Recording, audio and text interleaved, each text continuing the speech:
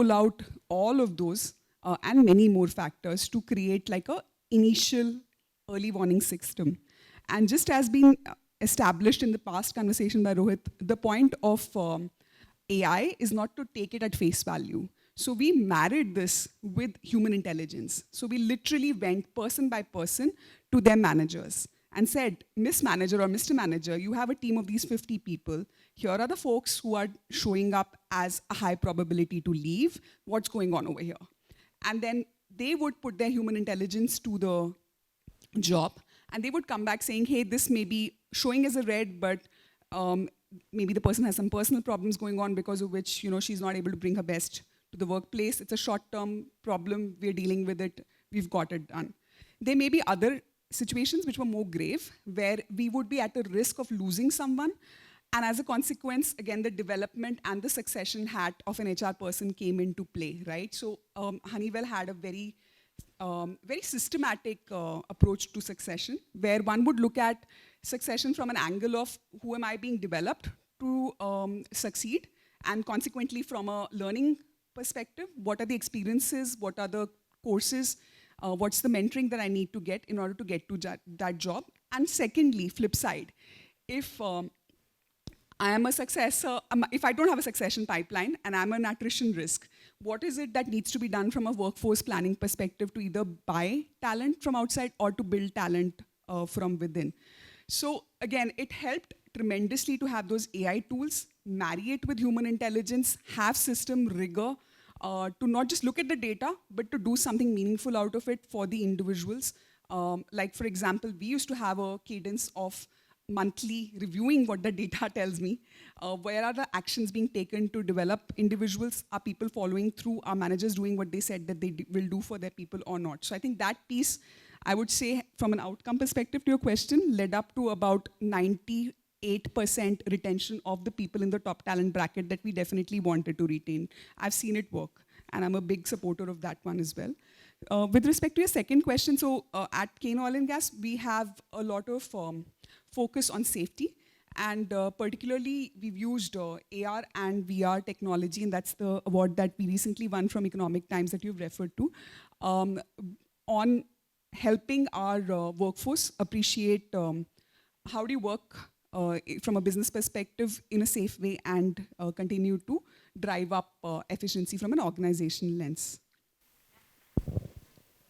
And I think it's great to hear that you're backing such a fantastic technology tool. And if you're saying you've seen success of 98% retention, I think it's commendable and a lot to learn from you. Yeah. No, I think for people who we want to retain. It's as simple as that, right?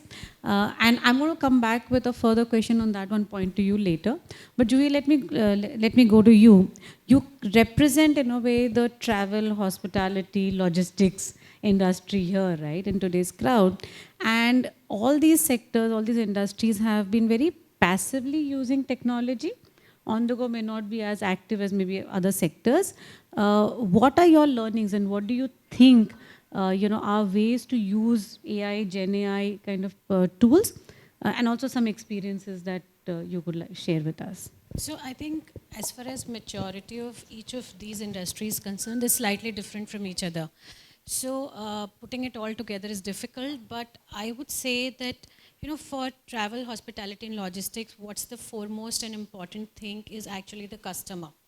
It is for every industry, but I'm just saying because of the service industry flavor, customer becomes the center focus. So most of the tools that are being deployed are around or impacting the customer first. For example, and it is a mix, to be honest. It's as basic as search engines to some element of machine learning and some element of AI, which is being used to facilitate the customer in various processes. As far as employees are concerned, internal processes are concerned, I don't think we've started, we've not reached that stage where we've started to really use beyond machine learning.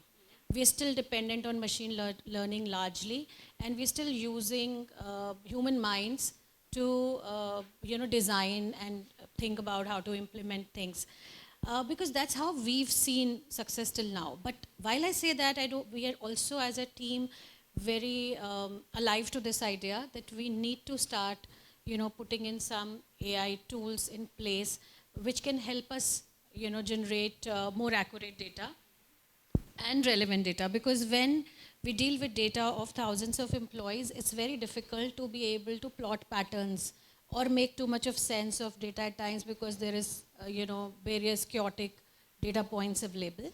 So I don't have an example per se from an employee perspective or L&D perspective. We still believe that a little age-old tradition maybe, but that's how it has worked with us, because we believe in the philosophy of more personalized element of taking care of employees or customer to that extent. So that's how our experience has been. But of course, there are areas like succession planning, there are areas like L&D. We are definitely looking for partners who can help us to look at these data points, and also not just data points, but really if they can help us to be more impactful. A success matrix that we define for any of these processes, if there can be a partner who can help us achieve that success matrix more than just redefining the data. Thanks.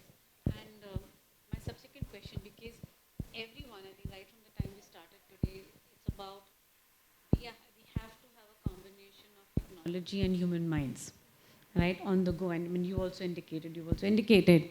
Sunny, in your view, what are the skill sets as managers and leaders we should equip ourselves to be able to use these technologies and ensure that they're successful at our organizations? Using these technologies, I think adaptability is something which has to be there. But there is an interesting perspective.